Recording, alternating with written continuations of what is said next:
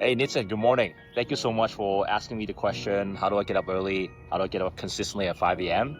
So I'm just putting together this video. Currently at the peak is now 7 o'clock and I've been up here for about half an hour. So I just thought I would put this video together to share some of the strategies I use, things that I tried and what worked for me.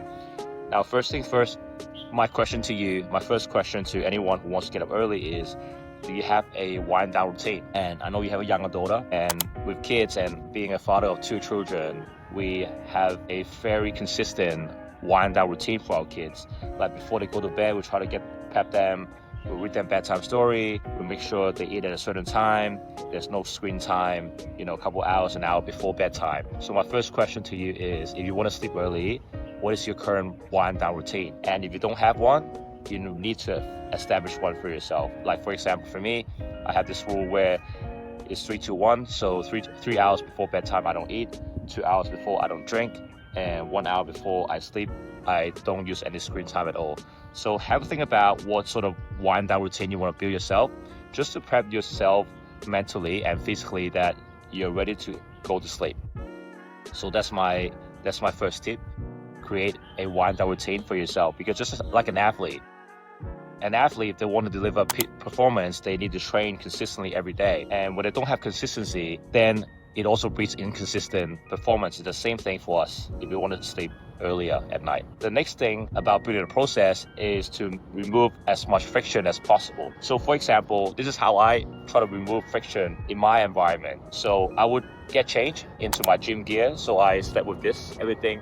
I put on everything just before I slept last night, and then I'll put my shoes out, I'll put my socks out. Now, the benefit of doing this is when we remove frictions from our environment, we also reduce the chance of us giving excuses for ourselves in terms of not to do something. For example, I don't know what to wear, it's too cold and I don't want to get up. So by getting dressed in gym gear, for me, I don't need to think about what I need to wear today, and I don't need to spend time to go into my wardrobe to pick the clothes out. And I also sleep on my couch, because one thing that I've learned is that when I'm too comfortable in the morning, I don't want to get up. So you want to look at what sort of frictions you have in your environment, and then think of hacks, think of ways where you can reduce these frictions for you.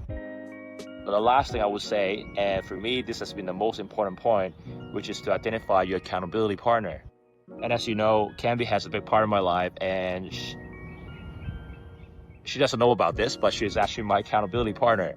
Because when I don't get up mentally, I would just say, I remember some of the stuff that she has said to me in the past, and then it would guilt trip me, and I will get up. So, find an accountability partner about any habits that you're trying to build. If you're trying to get up early, I remember back in the day, I was trying to get up, at 3-4 in the morning. Not something that I would advise young people to do it now, but back in the day, my mom was my accountability partner, and she would set up her alarm, and then she would come in my room to wake me up in the middle of the night. So it could be a wife, it could be a friend of yours, it could be me if you want. And find somebody that will make you accountable when you're not delivering the result. And at the end of all this, what I love to do at the end of the hike, you just go to a cafe and just enjoy a cup of coffee. So you also want to make sure that you're rewarding yourself once you've achieved something.